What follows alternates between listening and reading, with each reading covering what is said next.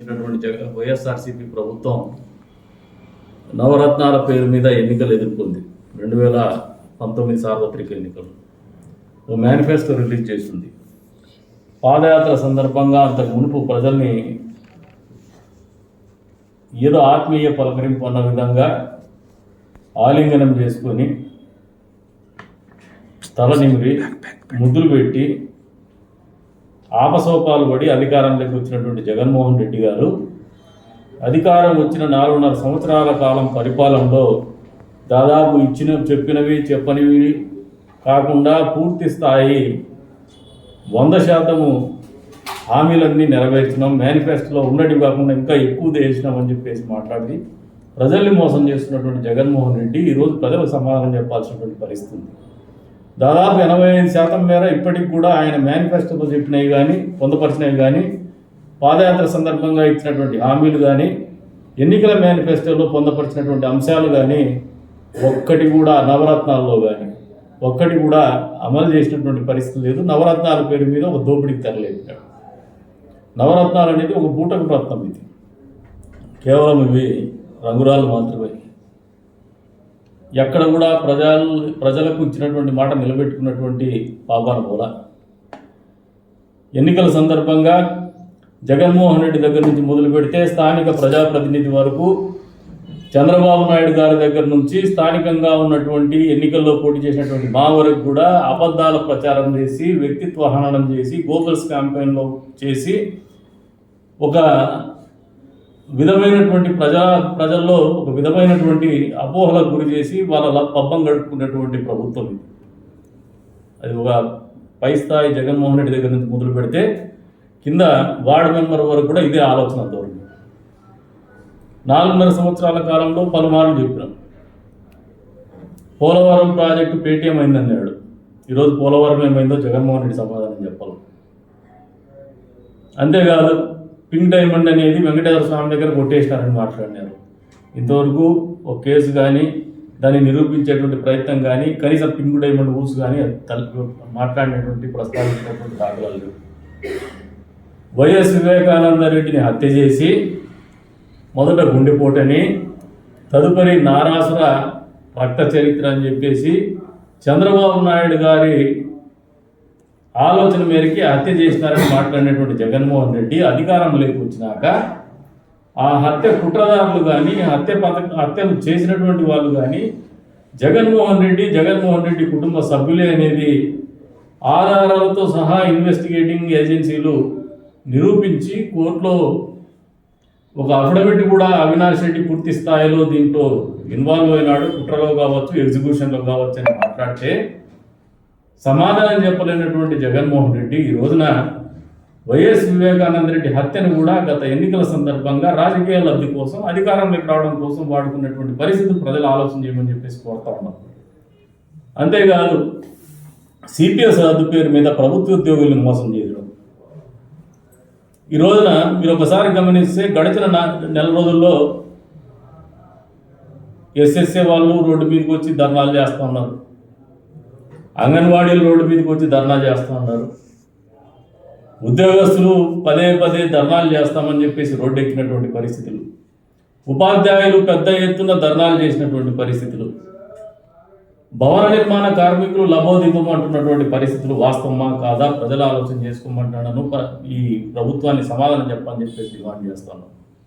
ఈ రోజున నవరత్నాల పేరు మీద విదేశీ విద్య అటకెక్కింది. అమ్మ ఒడి మాత్రం ఇస్తామంటున్నాడు. ఆ అమ్మ ఒడి కొద్దిమంది మాత్రమే అమ్మలకి ఒడైపోయింది. అది మిగతా అమ్మలు పాపం ఒడి బియ్యం లేనటువంటి పరిస్థితిలో ఉన్నారు. వాళ్ళ ఒడి ఖాళీగానే ఉంది. అమ్మ ఒడి పేరు మీద మిగతా ఇతరత్రా వస్తున్నటువంటి సంక్షేమం పూర్తి అటకెక్కినటువంటి పరిస్థితులు ఈ రాష్ట్రంలో వాస్తవంగా కాదా తెలియజెప్పమన్నారు. బెస్ట్ అవైలబుల్ స్కూల్ ఆప్షన్ ఎగిరిపోయింది, విదేశీ విద్య ఎగిరిపోయింది, ఫీజు రీఇంబర్స్మెంట్ ఎగిరిపోయింది. వీటన్నింటినీ ఒకటే గొడుగు కిందకి తెచ్చేసి ఈ రోజున అమ్మ ఒడి పేరు మీద చెప్తా ఉన్నాడు. అక్కడి నుంచి మొదలు పెడితే మైనారిటీ విద్యార్థులు ఆలోచన చేసుకోమంటాడు.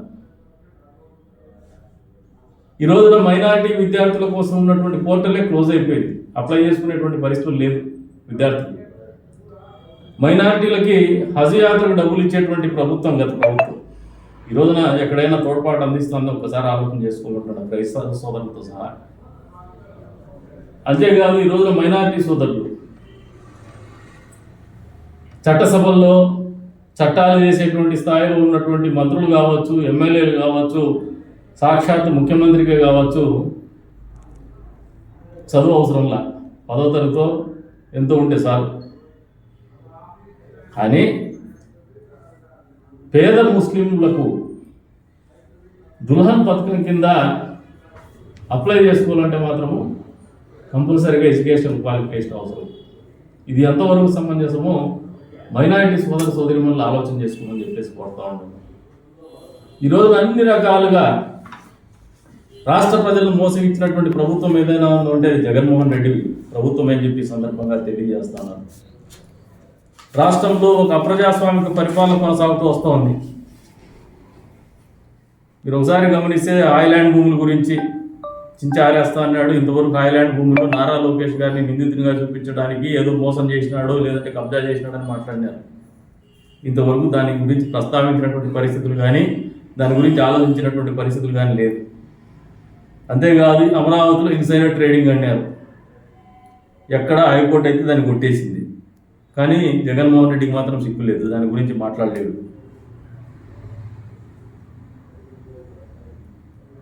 వ్యవసాయం దండగన్నారని చెప్పేసి పెద్ద అబద్ధము ప్రచారం చేసి లబ్ధి పొందినాడు. అది చంద్రబాబు నాయుడు గారు ఇప్పుడు మాట్లాడినటువంటి పరిస్థితి లేవు. దాని ఒక గోబల్స్ క్యాంపెయిన్ కిందే చేస్తూ వచ్చినారు. ఇప్పుడు కొత్తగా క్లాస్ వార్ అంటారు. మామూలుగా మనుషులకు ఉన్న నైజం ఏమంటే వాళ్ళ మాదిరిగా అందరూ ఆలోచన చేస్తారని అనుకో. జగన్మోహన్ రెడ్డికి నిర్మాణాత్మకంగా ప్రజల నమ్మకాన్ని చూరగొని రాజకీయాలు చేసేటువంటి అలవాటు లేదు.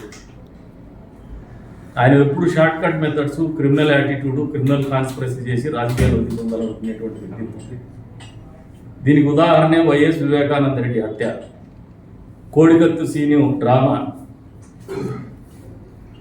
ఇది కూడా ఒక డ్రామా అనేది వాస్తవ పరిస్థితి ప్రజలందరూ గమనిస్తూ ఉన్నారు. పాపం అనామకుడు జైల్లో మగ్గిపోతాడు, కానీ ఈయన మాత్రం కోర్టుకు పోయి సాక్ష్యం చెప్పడు, దాన్ని అట్లే పెండింగ్ పెడతాడు.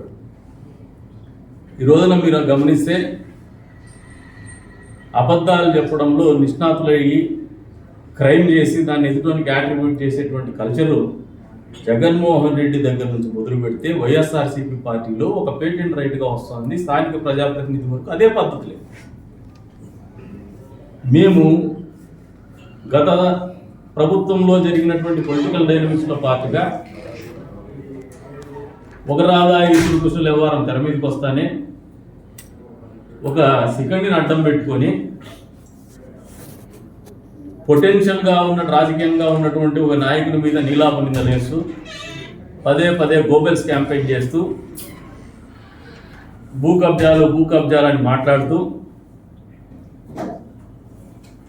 వాళ్ళకు అధికారం వస్తానే 40 సార్లు ప్రశ్నిస్తే కూడా ఒక ఇంచు భూమి ఎక్కడైనా కబ్జా అయినట్టు కానీ మీరు ప్రభుత్వం మీద ఉంది, అధికారం మీ చేతిలో ఉంది నిరూపించుకోమంటే ఇంతవరకు దాఖలాలు లేవు.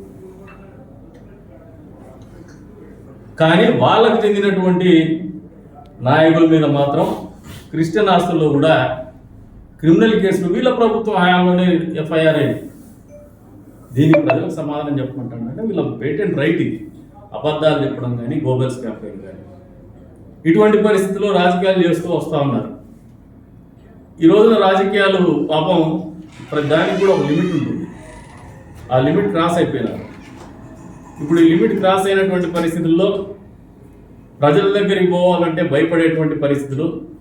ఈ రోజున టికెట్ అడగాలంటే కూడా ఎంతసేపు కందికుంట ప్రసాద్ లాంటి నరరూప రాక్షసుడు, కందికుంట ప్రసాద్ ఎంతమంది మరి పొట్టపేగులు చేసి మెడలు వేసుకొని రక్తం తాగడం మాకైతే తెలియదు, ఎంతమంది హత్యలు చేసినామో మాకైతే తెలియదు. నరరూప రాక్షసుడు అంత ధీటైన వ్యక్తి. అంటే అంతర్లీనంగా మీ మనసుల్లో ప్రసాద్ అనేవాడు పొటెన్షియల్ క్యాండిడేట్ అని ఎన్నికలకు ఇంకా పోటీకి పోకముందే మీరు ఒప్పేసుకుంటున్నారు. ప్రసాద్ అనేవాడు లీడర్ అని. టికెట్ అడుక్కునే కూడా నన్ను చూపించడం ఏంది? మీ భావదారిద్ర్యం కాకపోతే టికెట్ అడగాలంటే నేను గొప్పని నాకు నా లక్షణాలు చూసి టికెట్ అడగాలని ఈరోజు కొవ్వుగా చెప్తాను. నేను మా పార్టీలో నేను గతంలో కూడా చెప్పినాను, ఈరోజు కూడా చెప్తాను. ఆ జీవితంలో నేను ఇప్పుడు టికెట్ అడగల. ప్రతిసారి టికెట్ మా పార్టీ మమ్మల్ని గౌరవించి మా పద్ధతులు చూసి ఉండాలనే ఆలోచనతో ప్రజల కోసం బతికే వాళ్ళని చెప్పేసి గౌరవించే ఎప్పుడు మాకు విఫామ్ పంపిస్తుంది. మా పార్టీ మమ్మల్ని ఎప్పుడు డబ్బులు అడగదు. విమానానికి డిపాజిట్ చేయమని అడగదు కూడా. నువ్వు ఎంత పెడతావో మమ్మల్ని అడగదు. నిరంతరం ప్రజలతో బతికే వాళ్ళం కాబట్టి మమ్మల్ని ఏం ప్రశ్నించకుండా మమ్మల్ని గౌరవిస్తూనే వచ్చింది. ఆ గౌరవం మేము కాపాడుకుంటూనే వస్తున్నాం. మీకు సమస్యలు ఉన్నాయి. ఈ అవలక్షణాలన్నీ మీకున్న అవలక్షణాలు. ఇందాక చెప్పిన తను ఏదైనా మనసులో ఉండే భావన కానీ తన పద్ధతులు కానీ అందరూ అట్లే ఉంటారనుకుంటారు. బహుశా ఆ నట్షెల్ నుంచి బ్రేక్ చేసుకుని బయటికి రాలేనటువంటి పరిస్థితి మీది. అంటే మీ మాదిరిగా అందరూ ఉంటారని చెప్పేసి భావజాలంతో మీరు బతికేస్తున్నారు. అట్లా ఉండరు. ఈ రోజున నవరత్నాలు, మేనిఫెస్టో, జగన్ పాదయాత్ర సందర్భంగా ఇచ్చిన హామీలలో అమలు చేయడంలో దాదాపు ఈ రాష్ట్ర ప్రభుత్వం పూర్తి స్థాయిలో విఫలమైందని చెప్పేసి చెప్తున్నాము.